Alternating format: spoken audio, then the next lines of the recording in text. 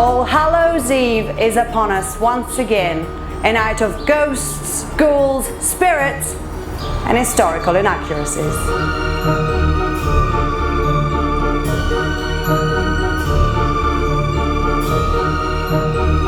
There are a lot of things that people don't know about Halloween, a holiday that finds its roots in pre-Christian Ireland and the Gaelic festival of Samhain. But Halloween was also entangled with Christianity and its rituals. Today, it is mainly based in cultural practice rather than any religious or spiritual belief. When Irish immigrants traveled to America in the late 17th century, they also took their Halloween traditions with them. If it wasn't for them, and then America spreading it to the rest of the world, we probably wouldn't celebrate any of the distinctly Halloweeny customs that are now commonplace for the holiday. Customs like the jack-o'-lantern, whose origins can be traced back to the old Irish folk tale of Stingy Jack, a depraved man who was able to trick the devil into promising to never allow him into hell. When Jack did finally die, he wasn't allowed into heaven either, and so was forced to wander the earth at night, only able to light his way with a burning coal from hell, which he kept inside a lantern, fashioned from, you guessed it, a turnip. This was changed to the much more carvable pumpkin once the Americanization of the holiday took place. And so, Jack-o'-the-lantern now searches aimlessly for a soul to steal so he can pass on. Houses would put out their own turnip-based lanterns, hoping Jack would assume they too were lost and looking for a soul to steal, and would not bother them. On the other side of the Halloween fruit and vegetable spectrum, the humble apple also holds a place in the holiday's ancient tradition. The practice of apple bobbing has its origins in Roman traditions and the festivities for Pomona, the goddess of orchards and fruits.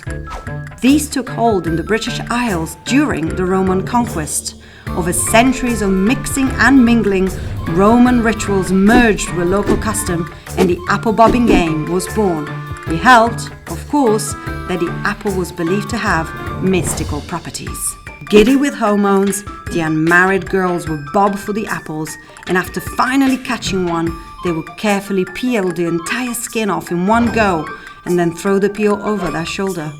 Whichever letter the peel appeared to make as it landed on the ground would foretell the first initial of the player's future lover. The game may have been a harvest festival staple because the harvest marked the end of the season, and yet apples often flourished all year round, given the promise of the future, much like the divination game itself. Of course, when we think of Halloween and all its wonderful traditions, it isn't often pumpkins or apples we think about. It's candy.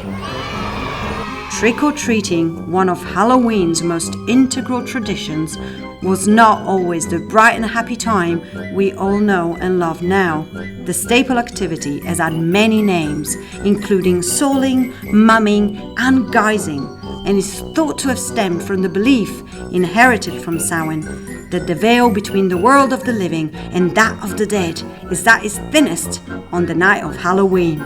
People would dress up as spirits as to blend in with the real monsters and entities who were said to rise from the other world at night and feel safe from their undead wrath.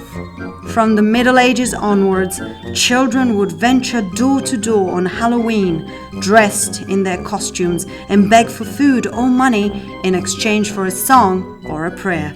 Centuries later, and after many mutations and transformations, we have trick-or-treating.